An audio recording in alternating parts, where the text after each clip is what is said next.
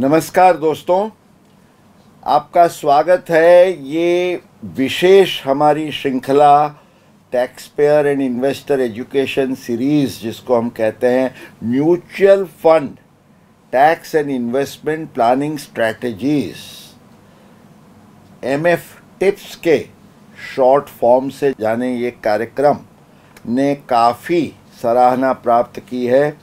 और मेरे साथ इस कार्यक्रम में होते हैं समीर वोरा।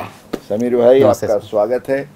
और आपको ध्यान है कि हमारा ये आज 5वां एपिसोड है और हमारे आगे के 4 एपिसोड में हमने काफ़ी कुछ different facets of mutual fund investments और टैक्स प्लानिंग की स्ट्रेटजीज को कवर किया। म्यूचुअल फंड क्यों सही है, आज SWP जिसको हम सिस्टमैटिक विड्रॉल प्लान कहते हैं, उसका क्या अनोखा जादू है। SIP क्यों इतनी पॉपुलर, दिलचस्प बनी हुई है। और ये जो SIP के एक पहलू पर जो हमने बात की थी वो निवेश का पहलू था। बिल्कुल सर। अब SIP के कॉन्टेक्स्ट में ही टैक्स के क्या प्रोविजंस हैं। लास्ट टाइम हमने इक्विटी का टैक्सेशन म्यूचुअल फंड्स के दायरे में कैसे होता है उसके बारे में बात की। तो आज ये 5वें एपिसोड में हम विशेष तौर से SIP, STP और आगे हमने गेन की बात की थी। अब आज कभी लॉस भी हो सकता है, तो लॉस में भी हम कैसे फ़ायदा उठाएं, नुकसान में भी कैसे हम कुछ फ़ायदा करें, उसके बारे में काफ़ी कुछ बात करने वाले हैं। बिल्कुल सर। सो सर, जैसे आपने बताया कि सिस्टेमेटिक इन्वेस्टमेंट प्लान इसके जितना भी ये इफ़ेक्टिव है एज अ इन्वेस्टमेंट एंगल के ऊपर, बट जब लोग हम टैक्स की बात करते हैं तो उसमें इतनी ही कॉम्प्लेक्सिटी आती है। कोर्स अलग अलग जब आप इनकम इसके इन्वेस्टमेंट स्ट्रीम में आप इन्वेस्टमेंट जब करते हो और जब आपका रिडीम्शंस वाला पार्ट आता है, जब आप उसको रिडीम करते हो तो उसका टैक्स का एंगल किस तरह से काउंट किया जाता है, उसमें टैक्स इम्प्लीकेशन किस तरह से आता है। SIP का टैक्सेशन जो है ना समीर भाई, वो अगर आप समझे नहीं तो कुछ कॉम्प्लिकेटेड भी हो सकता है। और इसलिए सबसे पहले तो मैं before I go to the tax provisions में ये कहूँगा कि आपके हर एक SIP का जो इन्वेस्टर है ना, वो रिकॉर्ड कीपिंग में बहुत परफेक्ट होना चाहिए। क्योंकि हमने जैसे लास्ट टाइम बात की थी कि आपका जो कैपिटल गेन होता है उसकी कंप्यूटेशन की फॉर्मूला क्या है कि आपका कॉस्ट ऑफ एक्विजिशन और आपका रिडेम्पशन, वो दोनों का डिफरेंस। बिल्कुल सर। अब रिडेम्पशन तो आप जब भी कुछ यूनिट्स आप अपने रिडीम करते हैं, ट्रांसफ़र करते हैं, तो आपको पता है कि ये मेरी रिडेम्पशन की वैल्यू है। पर ये जो कॉस्ट ऑफ एक्विजिशन है वो पर्टिकुलरली SIP के केस में तो आपने इतने सारे किस्तों में, इंस्टॉलमेंट्स में निवेश किया है कि हर एक समय, और कुछ ऊपर कुछ नीचे की वैल्यूज होती है, तो उसका प्रॉपर रिकॉर्ड कितने यूनिट्स आपने लिए वो मेरे ख्याल से बहुत ज़रूरी है। और कब लिए, क्योंकि लॉन्ग टर्म शॉर्ट टर्म, माना कॉस्ट ऑफ एक्विजिशन और लॉन्ग टर्म शॉर्ट टर्म के लिए ये बहुत ज़रूरी है। अब नियम तो हमारे वही है, इक्विटी का SIP है तो नियम तो वही है कि जो 1 साल से कम पीरियड के लिए होल्ड किए तो वो हो गए आपके शॉर्ट टर्म, और उससे ज़्यादा हुए तो लॉन्ग टर्म। और उसका रेट भी आपको पता है, शॉर्ट टर्म में 20 और इसमें 12.5। लेकिन सवाल ये आता है कि जब आप SIP के यूनिट्स बेचते हैं तो आपके पास तो काफ़ी कुछ छोटी मात्रा में बहुत सारे यूनिट्स हैं। बिल्कुल सर। तो उसको कौन से यूनिट को आप पहले लेंगे, कौन से बाद में लेंगे, तो इसके लिए जो एक्सेप्टेड एक रूल है टैक्सेशन का, वो हम जिसको अकाउंटिंग की लैंग्वेज में कहते हैं FIFO, माना फर्स्ट इन फर्स्ट आउट। पर ये जो आपका SIP में फर्स्ट इन फर्स्ट आउट में आपको ये ध्यान रखना है कि you don't have the choice. वो एक साथ ही पूरा लॉट है, तो you will have to go जी on the basis of first in, whether it is in demat या तो फिजिकल, एक्सेप्ट फॉर, समीर भाई मैं आपको ये पूछना चाहता हूँ कि मैं डीमैट में तो मुझे अलग डीमैट अकाउंट्स रखने पड़ेंगे अगर अलग से व्यवहार करना है, पर फिजिकल में इज इट पॉसिबल कि एक ही म्यूचुअल फंड के यूनिट्स में मुझे निवेश करना है और मैं 2-3 अलग अलग फोलियो में करूं, ये हो सकता है? बिल्कुल। तो मुकेश भाई, जैसे हम अगर हमारे निवेशक की बात करें तो हमारे निवेशक जब इन्वेस्टमेंट्स करते हैं तो उसके लाइफ में डिफरेंट डिफरेंट गोल्स होते हैं। तो हम क्या करते हैं कि एक ही पर्टिकुलर मुझे म्यूचुअल फंड्स की स्कीम में इन्वेस्टमेंट्स करना है, कोई गोल उसका 2 साल के बाद आ रहा है, कोई 5 साल के बाद आ रहा है, कोई 10 साल के बाद आ रहा है। सेम स्कीम में हम डिफरेंट जितने भी चाहे उतने मल्टीपल फोलियोज क्रिएट कर सकते हैं। अच्छा, उसमें कोई रिस्ट्रिक्शंस नहीं है एएमसी की तरफ से। आप जब आपको लग रहा है कि जब मुझे स्पेसिफिकली मेरा गोल अचीव हो रहा है तो according to particular that's folio अगर आपको विड्रॉ करना है तब कर सकते हैं। आपका जो प्रश्न था उसका जवाब भी यहीं आता है कि अगर आपके अलग अलग फोलियोज हैं, बिल्कुल, तो आप चुनौती कर सकते हैं, पसंदगी कर सकते हैं कि you want to sell units out of a particular folio. बिल्कुल। और आम तौर से बिल्कुल जो स्मार्ट इन्वेस्टर होगा वो क्या करेगा, उसको जब रिडेम्पशन करना है तो वो खास ख्याल रखेगा कि वो ऐसे एसआईपी के यूनिट्स की पसंदगी करे जो लॉन्ग टर्म के दायरे में आ चुके हैं। बिल्कुल सर। और नॉट ओनली दैट, मुझे कितना गेन होगा वो भी तय करने के लिए मैं कौन से फोलियो, रूल तो एक फोलियो में लिया बिल्कुल तो फीफो लगेगा, करेक्ट सर, पर अलग अलग फोलियो के अलग अलग पॉइंट ऑफ टाइम के वैल्यू के मेरे हैं, तो उसमें मैं ये स्ट्रेटेजिक प्लानिंग कर सकता हूँ और मैं मेरा कितना गेन करना या न करना उसका मैं कंट्रोल मेरे हाथ में ले सकता हूँ। बिल्कुल। तो दोस्तों ख्याल में रखने वाली बात यह है कि एसआईपी में यही जो हमने देखे थे वो इक्विटी फंड, एसआईपी इक्विटी के यूनिट्स है, तो इक्विटी फंड के जो नियम हैं लॉन्ग टर्म के, शॉर्ट टर्म के, रेट ऑफ टैक्स के, वो सब वही के वही है। एक ही डीमैट अकाउंट या एक ही फोलियो में से आप कुछ बेचते हैं तो फीफो वाला रूल आएगा, या तो अलग डीमैट अकाउंट्स आपके हो या अलग फोलियोज है, तो आप अपनी चॉइस के हिसाब से आप कर सकते हैं। तो this is the important point you to keep in mind. Mukesh भाई, जैसे आपने बात किया कि जब हम लोग यूनिट विड्रॉ कर रहे हैं, रिडम्पशंस कर रहे हैं, तो वो फीफो मेथड से आपका रिडम्पशंस हो रहा है। से फॉर एग्जांपल्स कि मैंने 3 साल तक कोई एक एसआईपी किया हुआ है और उसमें जब मैं उसको रिडम्पशंस कर रहा हूँ तो एक प्रोबेबिलिटी वो भी बनती है कि कुछ मेरे ऐसे यूनिट्स होंगे जो लॉन्ग टर्म में होंगे, कुछ ऐसे यूनिट्स होंगे मेरे शॉर्ट टर्म में होंगे। शायद वो भी प्रोबेबिलिटी बन सकती है कि कुछ मेरे यूनिट्स गेन में भी हो सकते हैं, कुछ यूनिट लॉस में भी हो सकते हैं। तो उसके लिए मुझे किस तरह से उसका, मार्केट तो रोलर कोस्टर बिल्कुल सर, इसीलिए तो हम सिप करते हैं ना जी सर, कि we want the benefit of cost averaging. बिल्कुल सर। तो आपकी बात बिल्कुल सही है कि जब मैं समझिए एक फोलियो में से मैं पूरे यूनिट्स को या तो एक पीरियड के यूनिट्स को बेचता हूँ फीफो मेथड से, तो कहीं जैसे कहीं खुशी कहीं गम वाली बात होती है ना, कहीं लॉस कहीं गेन हो सकता है। बिल्कुल हो सकता है सर, बिल्कुल हो सकता है। और आप मुझे पूछेंगे कि ये मेरा गेन जो होता है वो पूरा गेन पर मुझे टैक्स भरना है या लॉस का सेट ऑफ होगा या नहीं, जी, कॉमन क्वेश्चन ऑफ एनीबडी। तो इसका जवाब सीधा है कि आप अपना जो लॉस होता है उसको गेन के सामने सेट ऑफ कर सकते हैं। लेकिन समीर भाई, ये गेन और लॉस जो है, जैसे हमारा लॉन्ग टर्म और शॉर्ट टर्म गेन होता था उसके अलग अलग रेट्स होते थे, तो लॉन्ग टर्म और शॉर्ट टर्म के जो कैपिटल लॉस होते हैं ना, उसको सेट ऑफ करने के लिए नियम भी अलग है। अच्छा, तो वो हम हमारे दर्शकों को समझाएं। तो दोस्तों ये ख्याल में रखिएगा कि कोई भी आपका शॉर्ट टर्म कैपिटल लॉस है, समीर भाई, short term capital loss can be set of either against short term gain और लॉन्ग टर्म गेन, दोनों में से किसी के सामने आप सेट ऑफ कर सकते हैं।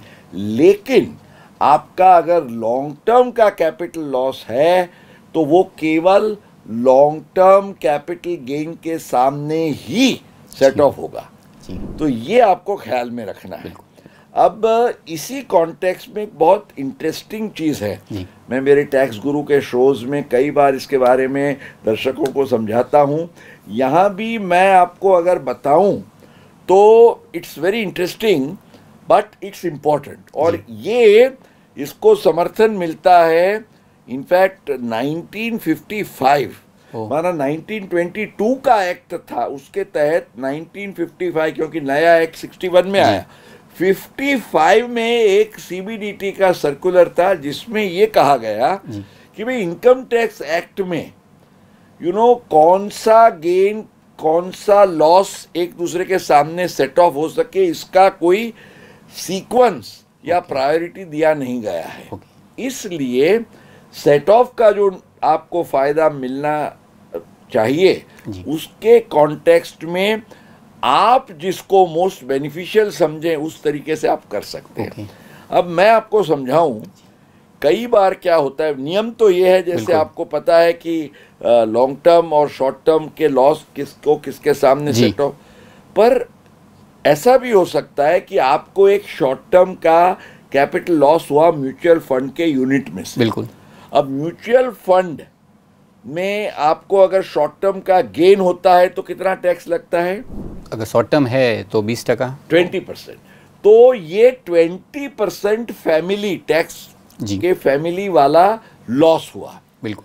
अब समझिए मेरे को एक गेन है शॉर्ट टर्म का, जिसको मैं कहूँगा ये गोल्ड या सिल्वर या बुलियन में से मुझे गेन हुआ है। बिल्कुल। और मैं मैक्सिमम टैक्स ब्रैकेट में हूँ, तो ये 30% वाले टैक्स का गेन है। तो सवाल ये होता है, ऐसे कई केसेस में ये क्वेश्चन खड़ा भी हुआ, ये सर्कुलर उसमें मार्गदर्शक के स्वरूप से काम में आया और काफ़ी जुडिशियल प्रोनाउंसमेंट में अब ये सेटल हो चुका है कि मेरा म्यूचुअल फंड का 20% वाला फैमिली का लॉस है, उसको मैं मेरे अदर देन म्यूचुअल फंड वाले कोई 30% वाले शॉर्ट टर्म के कैपिटल गेन के सामने भी सेट ऑफ कर सकता हूँ। तो ये एक प्लानिंग के लिए आपको एक विशेष फ़ायदा मिल सकता है। मुकेश भाई, जैसे जब भी आपसे बात करते हैं तो फ़ायदा ना हो ऐसी तो बात हो नहीं सकती है। और मुझे लग रहा है कि बहुत सारे दर्शकों को ये नहीं मालूम होगा कि आपका जो म्यूचुअल फंड्स का या फिर कैपिटल शॉर्ट टर्म होगा वो किसी और एसेट के साथ भी एडजस्ट कर सकते हो। मेरा एक और सर आपको एक सवाल है, जैसे मार्च मंथ आता है ना, तो हम लोग मार्च में सुनते रहते हैं लॉस हार्वेस्टिंग। तो मुझे ये नहीं समझ में आ रहा है कि लॉस हार्वेस्टिंग होता क्या है, लोग उसको किस तरह से करते हैं, उसका बेनिफिट्स क्या है, ये क्या स्ट्रेटजी है? ये हार्वेस्टिंग ऑफ लॉस जो है ना, वो एक काफ़ी पॉपुलर टर्म हो चुका है। अभी जैसे हार्वेस्टिंग माना उसकी खेती करना तो लॉस की खेती कैसे हो सकती है?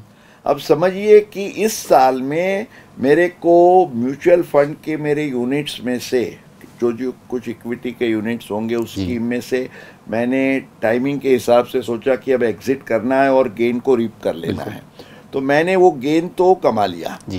अब before the end of the year मुझे लगता है कि ये थोड़ा टैक्स मुझे ज़्यादा, और मेरे ओवरऑल पोर्टफोलियो में ऐसे भी कुछ यूनिट के इन्वेस्टमेंट्स हैं म्यूचुअल फंड के जिसमें मुझे पोटेंशियल लॉस है। मैंने जो कीमत से खरीदे थे, एक्वायर किए थे, और आज के जो उसके एनएवीज है उसको देखते हुए काफ़ी डाउन है, इसलिए लॉस है। तो मैं अगर एक स्मार्ट इन्वेस्टर हूँ, मैं ये कर सकता हूँ कि मैं वो यूनिट्स को एक बार रिडीम करता हूँ तो लॉस मिल जाता है, इनकैश हो जाता है, तो वो मैंने हार्वेस्ट कर लिया। अच्छा। और उसको मेरे गेन के सामने सेट ऑफ कर दिया।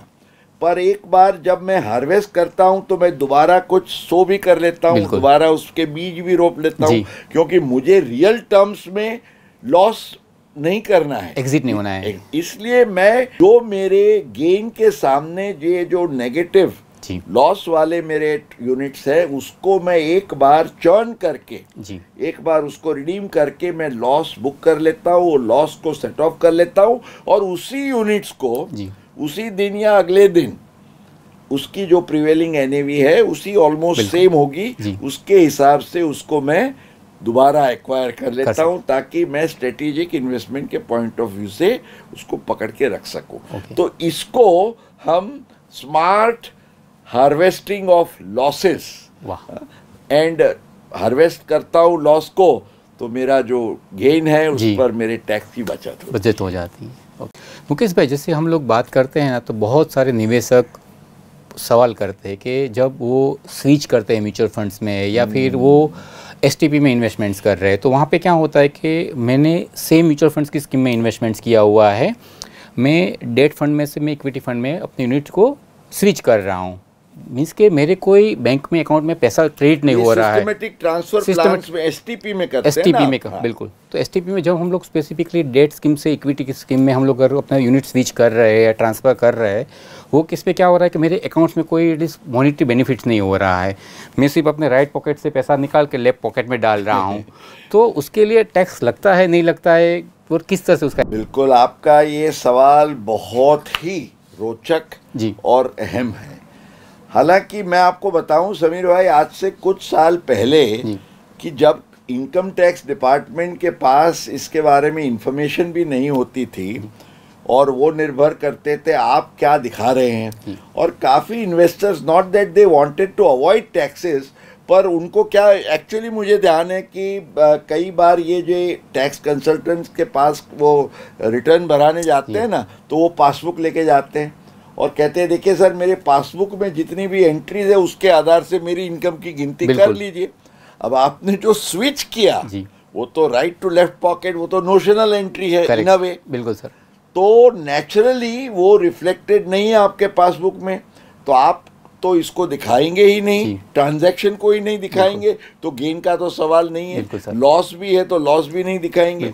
अब दोस्तों ये ख्याल में रखिए कि ये इट्स अ मिथ। लोग समझते हैं कि जब तक हमारे हाथ में पैसे नहीं आते हैं देयर इज नो गेन और लॉस। ऐसा नहीं है। गेन और लॉस तो खड़ा हो जाता है जब ट्रांसफर होता है, और राइट टू लेफ्ट पॉकेट भी जब कुछ जाता है तो एक्चुअली इट्स अ ट्रांसफर। बिल्कुल। तो सिस्टमैटिक ट्रांसफर प्लान में जब आप एक स्कीम से दूसरे स्कीम में स्विच करते हैं दोस्तों, तो ख्याल में रखिए कैपिटल एसेट आपका यूनिट है, वो जो स्विच है वो ट्रांसफ़र है, और जिस वैल्यू से आपने एक स्कीम में यूनिट लिया था और जिस वैल्यू से आप दूसरी स्कीम में उसको स्विच करते हैं, उसका डिफरेंस जो है वो आपका गेन या कभी लॉस भी हो सकता है।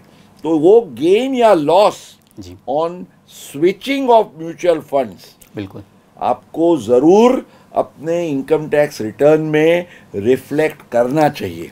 एंड मोर सो, क्योंकि अब तो आप देखेंगे आपका AIS का मायना आप जानते हैं, एनुअल इंफॉर्मेशन स्टेटमेंट।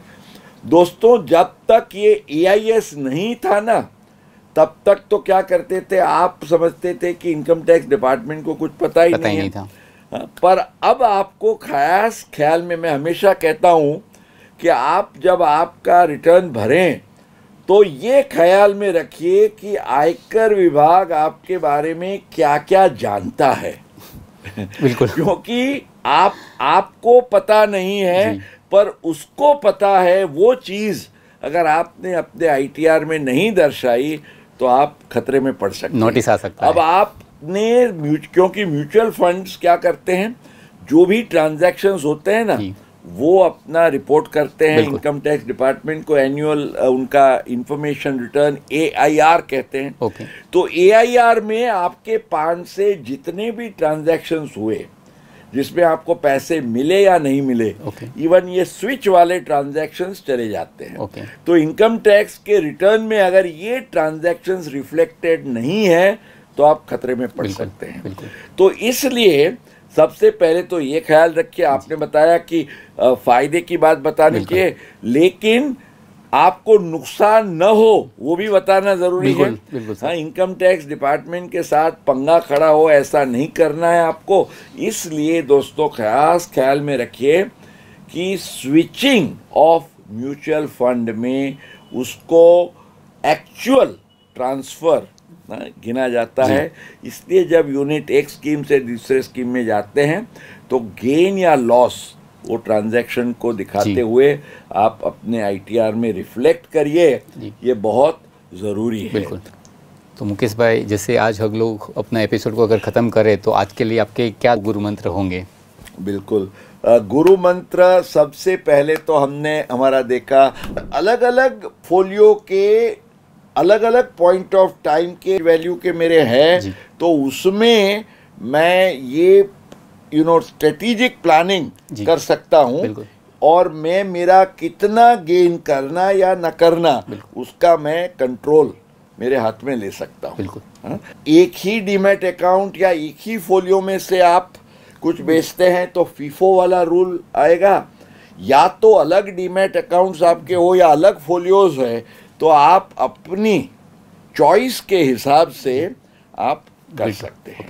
और वो हार्वेस्टिंग ऑफ लॉसेस जो है उसको आप चूके नहीं, क्योंकि वो एक कानूनी तरीका है कि आप you have had a gain, तो पोटेंशियल लॉस जो है उसको आप पकड़ के ना रखें, उसको एनकैश कर लें और उसका फ़ायदा टैक्स के बचत के पॉइंट ऑफ व्यू से आप उठा लें, वो आप ज़रूर कर सकते हैं। सर। और जो हमने एक थोड़ी वार्निंग भी दी कि आप ख्याल में रखिए कि चूके नहीं स्विच ऑफ म्यूचुअल फंड, उसको भी आपको दिखाना है, उसमें जो गेन होता है या लॉस होता है वो भी आपको दिखाना है, वो चूके नहीं। तो आज हमने SIP, STP और लॉस, वो तीनों के बारे में जो बातें बताई है, मेरे ख्याल से हमारे दर्शकों को हमारी tax and investment planning strategies के दृष्टिकोण से ज़रूर उपयोग में आएगी। पर हर बार की तरह हम क्या कहेंगे, म्यूचुअल फंड सही है।